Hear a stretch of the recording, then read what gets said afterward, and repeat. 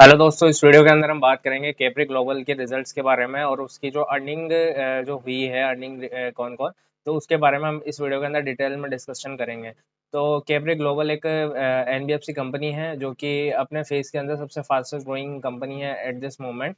और अगर हम इसकी बात करें तो इसके रिजल्ट्स के बारे में हम पूरा बात करेंगे। तो सबसे पहले अगर हम इसके रिजल्ट की बात करें तो जो इनका एयूएम है यानी कि एसेट अंडर मैनेजमेंट है, वो अगर ईयर ऑन ईयर बेसिस पे बात करें तो उसमें 40% की ग्रोथ है और क्वार्टर ऑन क्वार्टर बेसिस पे इसके एयूएम यानी एसेट अंडर मैनेजमेंट की 9% की ग्रोथ है।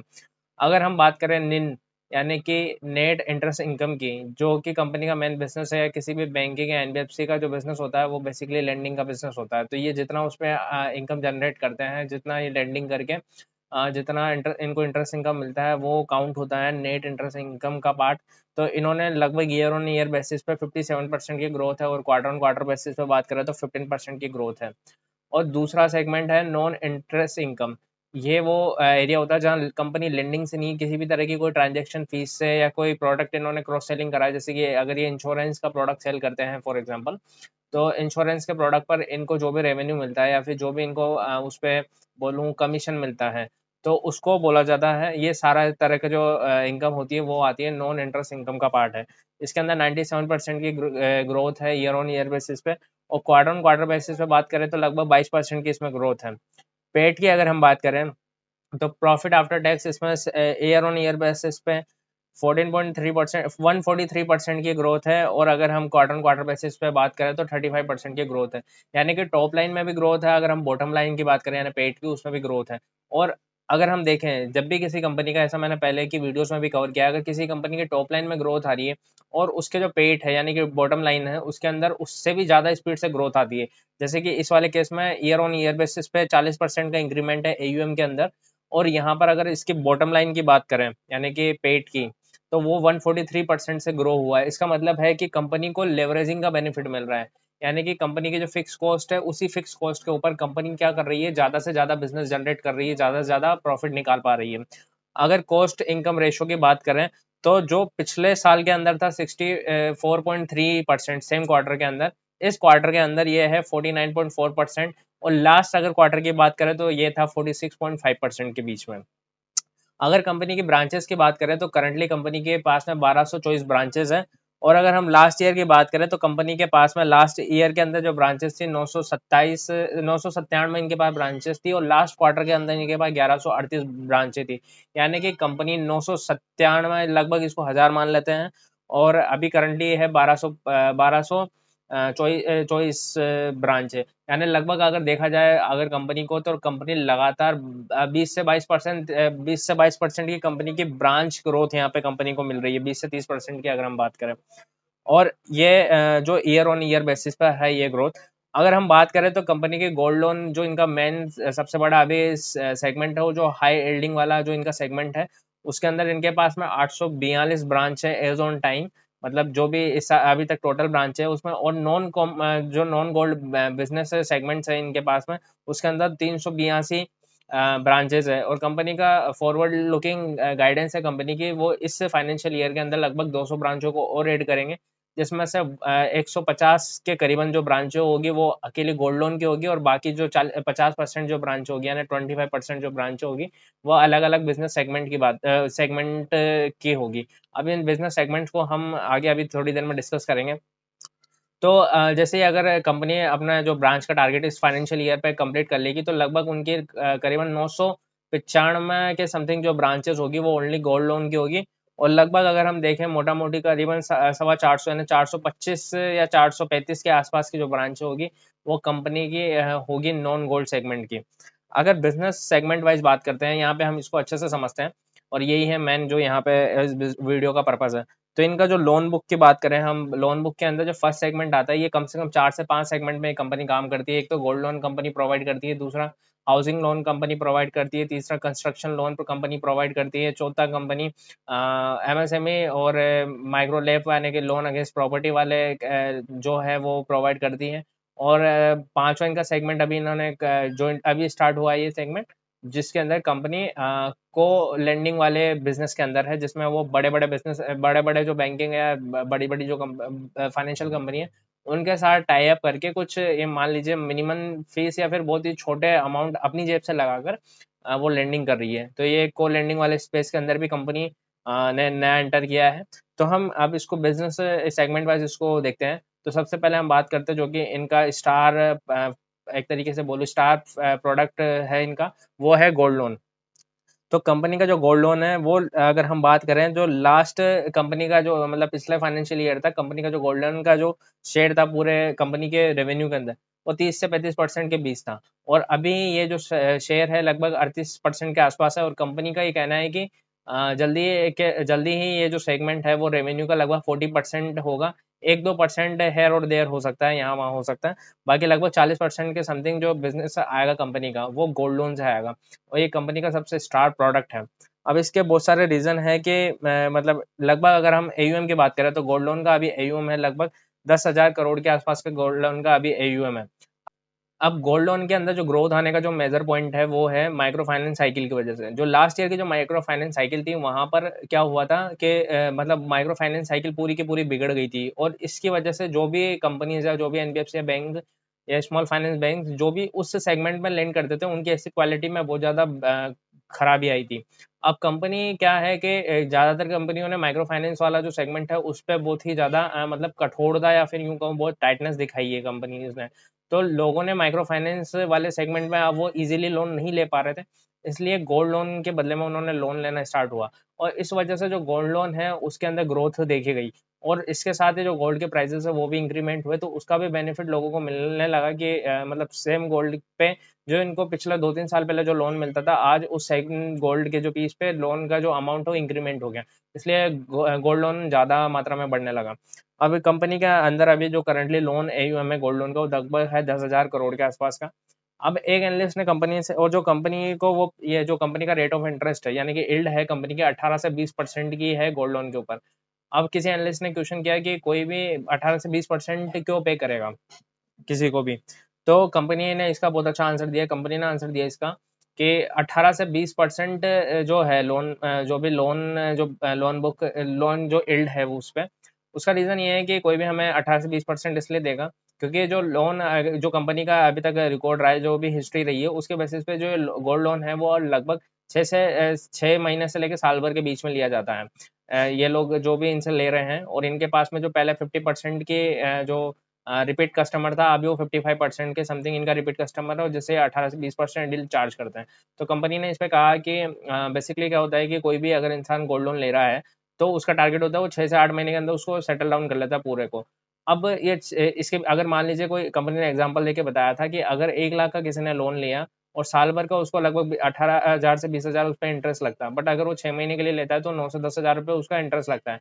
बट सामने वाला ये देखता है कि कई लोग ऐसे सीजनल टाइप के होते हैं जो क्या करते हैं, जैसे कि किसी का सीजनल बिजनेस होता है तो उनको ये लगता है कि अगर उसको पर्सनल लोन नहीं मिल पा रहा तो उस कंडीशन में उन्होंने यहाँ से 30 मिनट का इनका टारगेट है कि 30 मिनट में गोल्ड लोन आराम से इजीली बिना कोई मतलब डॉक्यूमेंटेशन के इतने ज़्यादा झंझट किए बिना ये लोग उसको लोन पास आउट कर देते हैं। तो उसका मतलब उसने लिया लोन और उसका ये टारगेट होता है कि वो मतलब 1 लाख का उसने लोन लिया है और 1 लाख की वजह से वो 30-40 हज़ार रुपये या 50-60 हज़ार रुपये अगर उस पर अर्न करता है तो उसको 10% मतलब 10,000 का एज ए इंटरेस्ट देने में कोई प्रॉब्लम नहीं है, अगर वो उसकी वजह से अपनी जेब में 30-40 हज़ार रुपये और एक्स्ट्रा बना पाता है तो इस वजह से लोग आराम से 18 से 20% दे देते हैं। कई इनके क्लाइंट्स से अगर इनके प्रोफाइल बेसिस पे बात करें तो इनके गोल्ड लोन के अंदर जो कस्टमर की प्रोफाइल है वो कई फार्मर्स है, कई ऐसे जो ये रेडी वाले जो एमएसएमई टाइप के बिजनेसमैन होते हैं, जो रेडी वाले हैं जो कि सीजनल बिजनेस करते हैं, जैसे कि मतलब दिवाली के टाइम पे क्रैकर्स का बिजनेस हो गया या फिर जो फार्मर है उनके जैसे ही फसल सीजन खत्म होता है तो वो शॉर्ट टर्म के लिए या फिर उनके काम के लिए शॉर्ट टर्म के लिए उनको पैसे की रिक्वायरमेंट होती है और जब उनका फसल सीजन खत्म होता है तो वो इसको लोन को पे बैक कर देता है। तो ये मोस्टली कंपनी का जो अगर बात करें टारगेट पॉइंट ऑफ व्यू से तो वो लगभग इनका जो कस्टमर है वो लगभग 6 से 8 महीने तक के टाइम पीरियड के लिए इनसे गोल्ड लोन ले रहा है और वही कस्टमर इनका रिपीट कस्टमर भी बन रहा है। तो इस वजह से उसको 18 से 20% की यील्ड देने से देने पर भी उसको कोई प्रॉब्लम नहीं है इस चीज़ के अंदर। और अगर हम ग्रोथ का मैंने बता ही दिया कि गोल्ड लोन के अंदर ग्रोथ आई है क्योंकि वो माइक्रो फाइनेंस वाले जो साइकिल है उसमें गड़बड़ होने की वजह से। तो ये था गोल्ड लोन सेगमेंट के बारे में और कंपनी का फोकस है कि वो इस फाइनेंशियल ईयर तक 995 के समथिंग गोल्ड लोन की ब्रांचें खोल देगी। लगभग 150 ब्रांचें ये लोग एड ऑन करना चाह रहे हैं इस फाइनेंशियल ईयर के अंदर। अब दूसरा इनका बिजनेस सेगमेंट आता है, वो है हाउसिंग लोन वाला। तो कंपनी अफोर्डेबल हाउसिंग लोन, जिनका एवरेज टिकट साइज की अगर बात करें तो इनका एवरेज टिकट साइज रहता है करीबन 20 लाख के समथिंग का, मतलब 20 लाख तक के या 20 लाख से कम के जो रेंज होते हैं उसके ही ये लोग डिस्पर्स करते हैं। उससे महंगा लोन ये लोग नहीं देते हैं। अफोर्डेबल हाउसिंग वाले सेगमेंट में ये लोग काम कर रहे हैं। और करंटली इनका लोन बुक है लगभग है 6,000 करोड़ का इनका लोन बुक है। और अगर ईयर ऑन ईयर बेसिस से बात करें तो लगभग 33% की ग्रोथ है। यानी कि कंपनी मतलब अगर इसी तरीके से ग्रो करती गई तो हर मतलब दूसरे तीसरे साल के अंदर कंपनी अपनी जो लोन बुक की साइज को डबल कर लेगी, अगर सीएजीआर के पॉइंट ऑफ व्यू से बात करें तो कंपनी। और इस सेगमेंट के अंदर आपने देखा होगा कि कहीं हम कौन कॉल को आगे और कौन कॉल्स को एनालाइज करेंगे, वहाँ पे भी हम देखेंगे।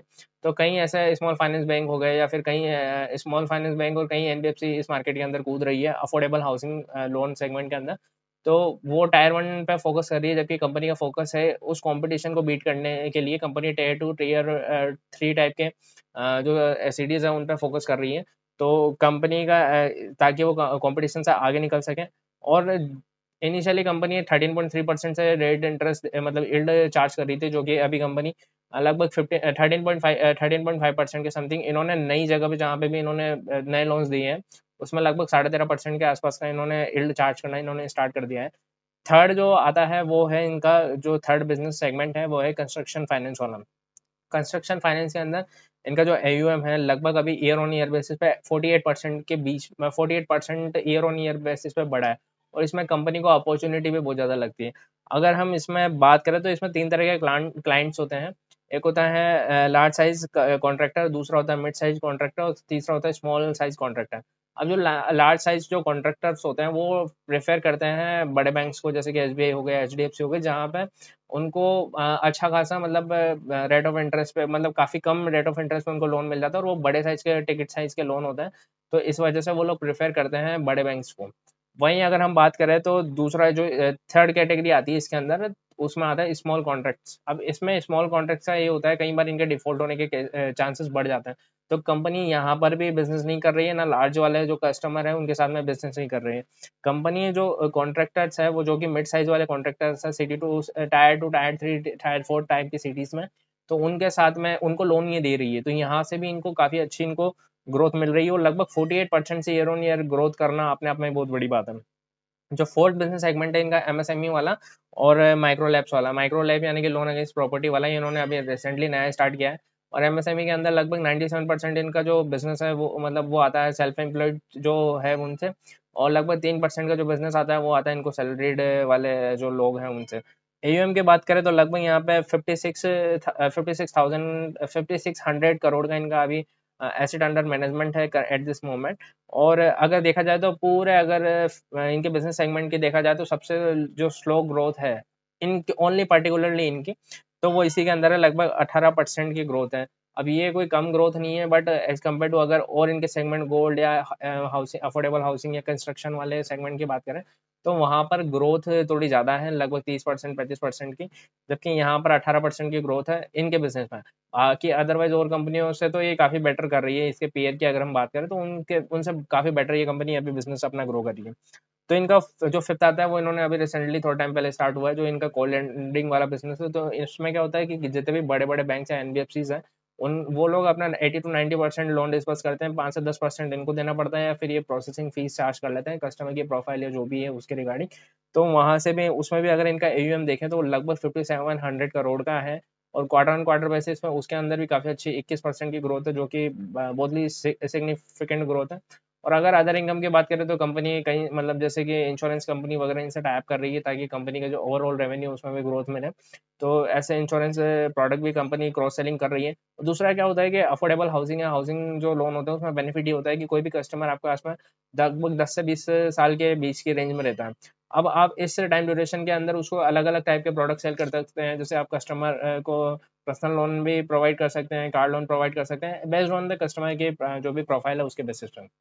तो काफ़ी अच्छी तरीके से कंपनी ग्रो कर रही है। अब कंपनी के पास में यील्ड के पॉइंट ऑफ व्यू से बात करें तो अभी कंपनी के पास एडवांटेज है। पहला, कंपनी की जो गोल्ड लोन है उसमें पूरे सेगमेंट्स के अंदर ग्रोथ और कंपनी एक्सपेंशन भी गोल्ड लोन वाले सेगमेंट में कर रही है। और कंपनी का कहना है कि पूरे 100% जो इनका रेवेन्यू आता है उसमें 40% सिर्फ ये गोल्ड पे फोकस करेंगे, 40% जो ग्रोथ आएगी वो इसमें गोल्ड में आएगी और बाकी जो 60% ग्रोथ है वो एमएसएमई हो गया, या फिर कंस्ट्रक्शन फाइनेंस हो गया, हाउसिंग फाइनेंस, हाउसिंग लोन वाला हो गया, उसके अंदर से ग्रोथ आएगी 20 से 22% की इनकी रेंज रहने वाली है। और जो कॉल लेंडिंग वाला वो कॉल लेंडिंग या फिर जो अदर इनकम है जैसे कि इंश्योरेंस प्रोडक्ट या क्रॉस सेलिंग वाले प्रोडक्ट, तो वो इनकी फीस की तरह है, वो एक एडवांटेज की तरह है। बाकी जो कोर बिजनेस के हिसाब से जो 4 सेगमेंट है, गोल्ड, एमएसएमई, हाउसिंग और कंस्ट्रक्शन हाउसिंग वाला, उसमें तो कंपनी की जो उन्होंने बताया डाइवर्सिफिकेशन 40% गोल्ड का, बाकी सबसे 20 से 22% के बीच में इनकी ग्रोथ रहने वाली है। दूसरा हाउसिंग फाइनेंस वाला है, उसके अंदर भी काफ़ी अच्छी इनको ग्रोथ मिल रही है और कंपनी का कहना है कि ये आराम से 30 से 35% तक ग्रो कर सकते हैं अपनी लोन बुक को, एयूएम को, जो कि अभी 6,000 करोड़ के आसपास है। और ऐसा इसलिए है क्योंकि अभी इनका बेस छोटा है, और अगर पिछले कई कॉम्पिटिटर्स की बात करें जैसे आवा से आधार इन लोगों को देखें, तो जब तक इनकी जो लोन बुक साइज है या एयूएम है वो 10,000 करोड़ तक नहीं पहुंचा था, तब तक ये भी आराम से 30-35% ग्रो कर रहे थे। तो कंपनी का कहना है कि हम भी इस सेगमेंट के अंदर आराम से ग्रो कर सकते हैं। और नया सेगमेंट इन्होंने स्टार्ट किया माइक्रो लेब, यानी कि माइक्रो लोन अगेंस्ट प्रॉपर्टी, लेब का मतलब। तो उसके अंदर भी लगभग इनको 19-20% के इनको यील्ड पे ये लोग लोन दे रहे हैं, तो वहाँ पे भी इनको ग्रोथ के पॉइंट ऑफ व्यू से देखें तो वहाँ पे भी इनको अच्छी खासी ग्रोथ मिल सकती है। नेक्स्ट हम बात करें अगर कॉस्ट ऑफ फंड की, तो कंपनी का कहना है कि वो स्प्रेड रेट वो लगभग 6.9% से लेकर 7.2% के बीच में इनका फ्यूचर में रहने वाला है। स्प्रेड रेट अगर आप नहीं जानते तो मैं बताता हूँ कि कंपनी ने जहाँ से फंड उठाया है, यानी कि जो भी जिससे कंपनी ने बोरोइंग करी है फंड की, और कंपनी जिसको दे रही है, यानी कि जो इनका जिसको कंपनी आगे मतलब बिजनेस जो आगे पैसा दे रही है, इसके बीच में जो बीच का जो पार्ट होता है वो होता है स्प्रेड। मान लीजिए कंपनी ने 8% के इंटरेस्ट रेट से एसबीआई से पैसा उठाया, और कंपनी ने किसी राजू राजू नाम के कस्टमर को या किसी भी कस्टमर को वो जो 8% का इंटरेस्ट है वो इन्होंने 14% पे दे दिया। अब इसके बीच का यानी कि 8 और 14 के बीच का जो गैप है उसको बोला जाता है स्प्रेड रेट, जो कि है लगभग मतलब 14 - 8, तो लगभग वही 6% की इनकी स्प्रेड रेट।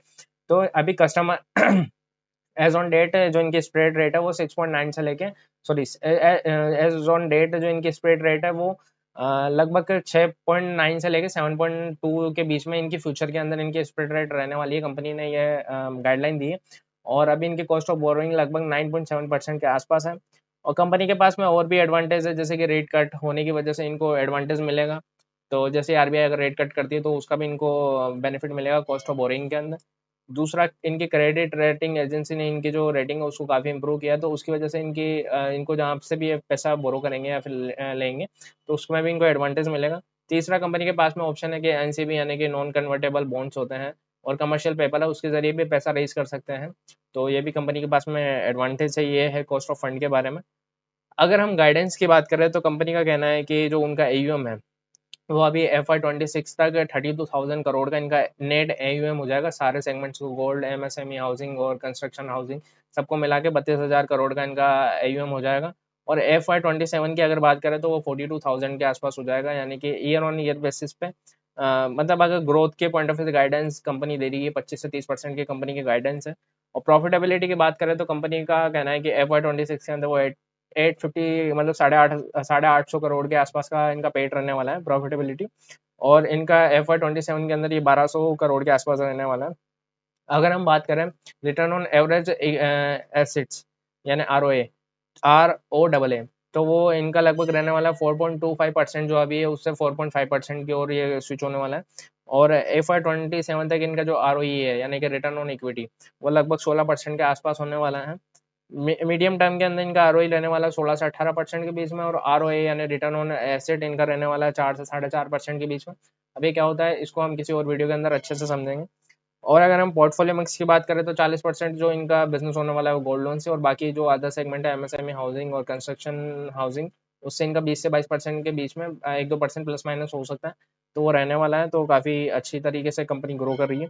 और कॉस्ट ऑफ इनकम की बात करें तो लगभग इनके जो हमने देखा था इनिशियली, इस बार की इनकी कॉस्ट ऑफ इनकम थी लगभग 49.4%, और जो लास्ट ईयर थी इनकी 60.3%, और लास्ट क्वार्टर थी इनकी 46.5%। तो कंपनी का कहना है कि ये लगभग नियर टर्म के अंदर 45 से 50% के बीच में ये रहने वाली है। और कंपनी का मतलब टारगेट है कि उसको 4 से 5% तक इसको डाउन करने वाली है नेक्स्ट 2 ईयर्स के अंदर। और ऐसा इसलिए भी हो सकता है क्योंकि कंपनी कंटिन्यू बेसिस पे ब्रांच एक्सपेंशन कर रही है। तो जो भी ये ब्रांच ओपन कर रही है उसका फ्यूचर के अंदर उसको लेवरेज का बेनिफिट मिलेगा, क्योंकि अभी अपफ्रंट कॉस्ट इनके पास ज़्यादा है, क्योंकि किसी भी ब्रांच को सेटअप करने के लिए, नई हायरिंग करने के लिए, पूरा स्टाफ बिठाने के लिए और नई ज्योग्राफी में जाने के लिए काफ़ी कॉस्टिंग लगती है। अपफ्रंट कॉस्ट इनकी ज़्यादा है, बट फ्यूचर के अंदर इन चीज़ों का इनको जब लेवरेज मिलेगा तो इसकी ओवरऑल इनके मतलब कॉस्ट ऑफ इनकम में काफ़ी इंप्रूवमेंट आ जाएगा। तो ये पूरी कॉनकॉल का एनालाइज हमने किया, कॉनकॉल का पूरा अच्छे से हमने डिटेल में इसको डिकोड किया। आई होप ये वीडियो आपको अच्छी लगी होगी और इस चैनल को आप सब्सक्राइब कर सकते हैं। Thanks for watching this video.